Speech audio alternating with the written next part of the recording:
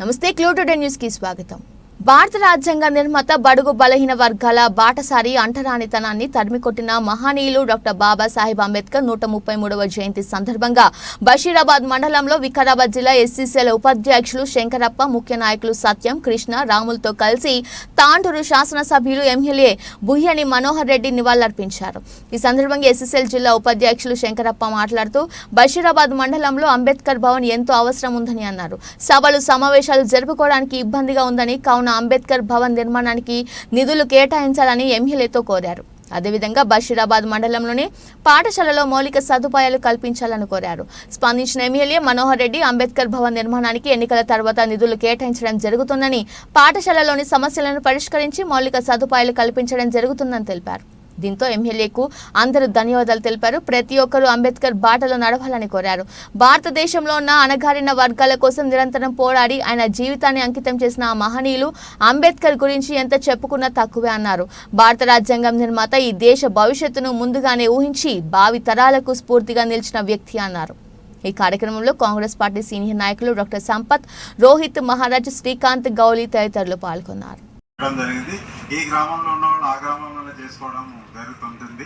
అయితే మాది ప్రతిసారి కూడా ఒక చిన్న ఏ ప్రభుత్వం ఉన్నా ఎవరున్నా మాకు చిన్న కోరిక విన్నపం ఉంటుంది.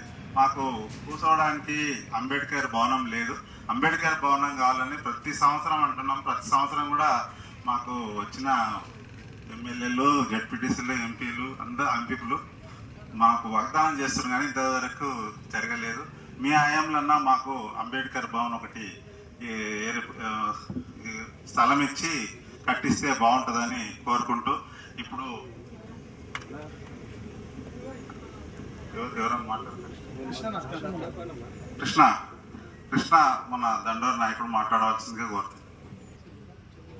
నేను కుల విషయాలు ఎందుకు పడవలసి వచ్చింది అని ఆయన ఎన్నో పడి, అయితే నేనేమి చేయాలి,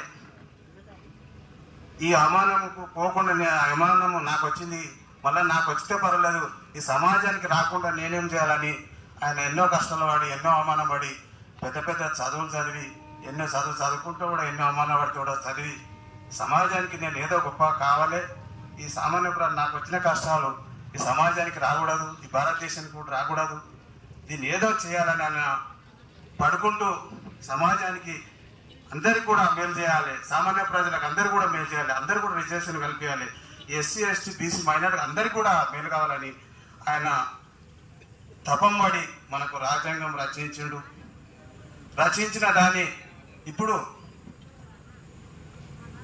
సమాజంలో ఆయన చేసిండు, కానీ ఇంకా దానికి అన్ని సరైన అమలు కావడం లేదు, సామాన్య ప్రజలకు మేలు కావడం లేదు, ఇంకా కులవీక్షణ ఇంకా గ్రామాలలో ఇంకా కొనసాగుతూనే ఉన్నది. అందుకే సమాజం మనకి ఇంత ఆయన చేసిన బాటలు మనం బతుకుతున్నాము. విద్యాపరంగా కూడా మనకు అన్ని కూడా ఆయన చూపెట్టిన బాటని, రిజర్వేషన్ పరంగా మనకు అక్కడ కూడా ఈరోజు జయంతి ఉత్సవాలు జరుపుకుంటున్నామంటే ఎంత గొప్ప మానవుడో మనం అందరం కూడా ఒకసారి ఆలోచన చేసుకోవాలి. మనం జయంతి ఏప్రిల్ 14th వస్తుందంటే ఆ విగ్రహాలను అడుగుతాం. ఈరోజు గొప్ప ఉందని చెప్పి విగ్రహాలని పూల హారాలు ఇస్తాం, ఆడికి మనం పరిమితం చేస్తా ఉన్నాం.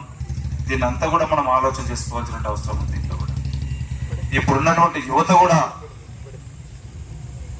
కొద్ది చెడు మార్గంలో ఎక్కువ మటుకు పోయి ఈరోజు ఇబ్బంది పాలవుతా ఉన్నారు. ఆ రోజు అంబేద్కర్ గారు ఒకటే చెప్పారు, నా కళలు నిజం కావాలంటే గ్రామీణ ప్రాంతంలో ఉన్నటువంటి యువకులు కూడా ఒక మంచి మార్గంలో నడవాలా, అందరూ చదువుకోవాలా, అందరూ ప్రయోజకులు కావాలని చెప్పి ఎంతో కష్టపడి తన రాజ్యాంగాన్ని చేసిండు. ఈ రోజు కూడా ఆయన రాష్ట్ర రాజ్యాంగం వల్లనే ఈ రోజు మనం తెలంగాణ తెచ్చుకున్నాం. ఆయన రాసినటువంటి రాజ్యాంగం వల్లనే ఈ రోజు బీద పడుగు బలైన వర్గాలంతా కూడా రాజ్యాధికారాన్ని అనుభవిస్తా ఉన్నారు. దాన్ని ఇంకా కూడా సార్థకత తీసుకురావాలంటే మనం అందరం కూడా ఆ మహానుభావుని స్ఫూర్తిని తీసుకొని, అతను అట్టడుగు కులాల నుంచి, అణగారిన కులాల నుంచి కాకుండా ఒక అట్టడుగు స్థాయి నుంచి, ఒక బీద కుటుంబంలో నుంచి వచ్చి ఒక అత్యున్నతమైన స్థానంలోకి ఏ విధంగా అయితే ఎదిగిండో, మనం అందరం కూడా అదే జాడల అతనిని మార్గదర్శకంగా తీసుకొని ఆ స్థాయిని ఆయన ఎదిగినో మనం కూడా అట్లా ఎదగాలని చెప్పి ప్రయత్నం చేసి దానికి ఖచ్చితంగా ఎదగాలని చెప్పి కూడా మీకు అందరూ కూడా తెలియజేసుకుంటూ, ఈ రోజుల్లో కొన్ని ఇప్పుడు మనం చూస్తా ఉన్నాం ఇప్పుడున్నటువంటి పరిణామాలు. ఈ రోజు చెప్తా ఉన్నారు కొంతమంది నాయకులు, మేము అవసరం అనుకుంటే రాజ్యాంగాన్ని కూడా కొంతమంది మత శక్తులు మతతత్వ పార్టీలు ఈ రోజు మనం ముందుకు వచ్చి చెప్తా ఉన్నాయి. మేము ఇప్పటికి 2 సార్లు చేసినాం, మాకు 3సారి కూడా అధికారం ఇవ్వండి, ఖచ్చితంగా అవసరమైతే రాజ్యాంగాన్ని పక్కకు పెడతామని చెప్పి అంబేద్కర్ గారు గ్రహించారు. ఎప్పుడైనా కానీ పాలకులు